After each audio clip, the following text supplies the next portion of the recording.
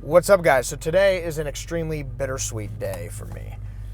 It is wonderful because we just placed an order for a new car, and it is awful because we're not going to have that new car for 12 to 16 weeks because of what's going on with the automotive manufacturing situation right now. So we have to wait on our Hellcat Redeye to show up, which that's the exciting part. We're getting a Redeye, but this Hellcat has to go now. So I will be Hellcatless for a couple of months, and that is sad. So this is the final ride with the Hellcat. I absolutely love this car. So the reason I'm so upset about getting rid of this thing, I bought this with the intention of keeping it for like 2 months to do some stuff on YouTube with it when our channel was really first starting, and then to get rid of it. I got a pretty decent deal on it. What ended up happening is I started driving it and I just fell in love with it. It's the perfect daily driver as far as I'm concerned. It is the best road trip car in the world. You can't talk me out of that. We did a video on that about how perfect this thing is. It's got tons of power.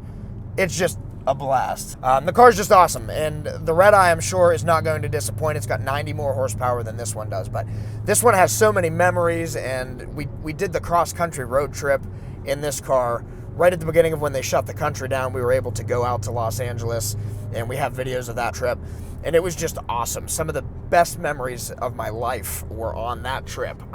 Just awesome. And that was in this car. So John, who's filming, sat right there for 106 hours straight in this thing. We stopped to sleep, and that was it, and we never got tired. The thing was comfortable the whole ride. I can't say enough good things about this Dodge. You have knocked it out of the park with this.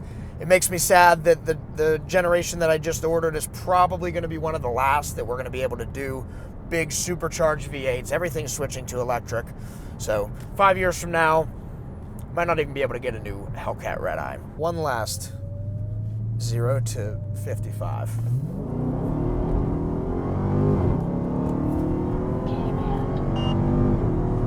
Hopefully that's Dollar General, not a cop.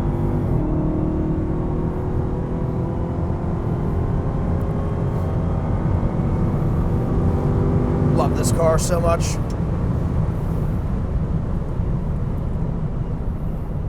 That was 55 plus or minus 100. We're going to still be able to do that though in the Redeye, actually faster. So the Redeye 0 to 60 is 3.5. This one's 4.2 or 4.3, I think, as tested in 2016.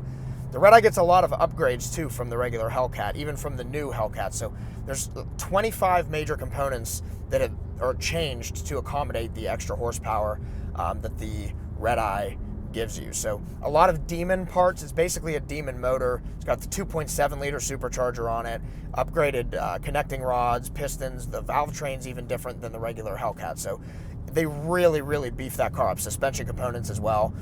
It's a wide body, of course, so this one's not. It's got wider tires. It should help it hook a little bit better. As you guys know, this thing does not hook at all, which is part of what makes it fun. At the dealership, Joey, my salesman that I deal with down there all the time, he asked me if I like this car more than the Porsche or even the Lamborghini.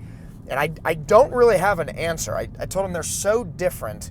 This car is like a wild party. It's like you just thrash it and it takes all of the abuse, and it's borderline out of control all the time, and it wants to kill you, and that's what makes it so awesome. The Porsche is more sophisticated and precise, and if you want to go around that turn really, really fast, you know you can do that with confidence, and the car's going to do exactly what you want it to do. This thing, if you want to go around that turn really, really fast, it might do that. If you twitch your big toe a little bit and hit the gas, it also might throw you around. It might get sideways, and it's not that it's so unpredictable that it's undrivable. It's just you have to really, really pay attention when you're trying to drive it hard. We took this thing on the tail of the Dragon, which I thought was going to be kind of stupid because it's such a big, heavy boat that doesn't handle well. And honestly, it was awesome. I'm sure the Porsche would have been a lot of fun there too, but this was fun on the tail. So even when you are throwing it around like that, it's a handful and it's a blast. I'm not going to say I like it more than the Porsche, but it's pretty much right in line with the GT4.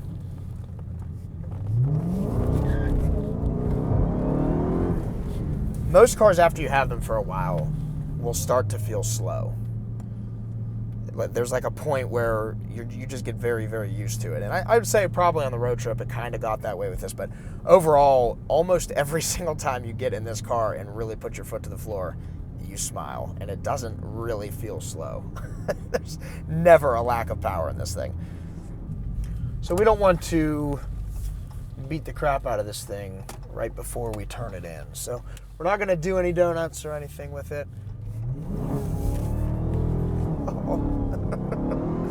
Just get on it a little bit, get a little squirrely. We're not going to do any donuts, but we've done many, and John's got footage he's going to show you of those.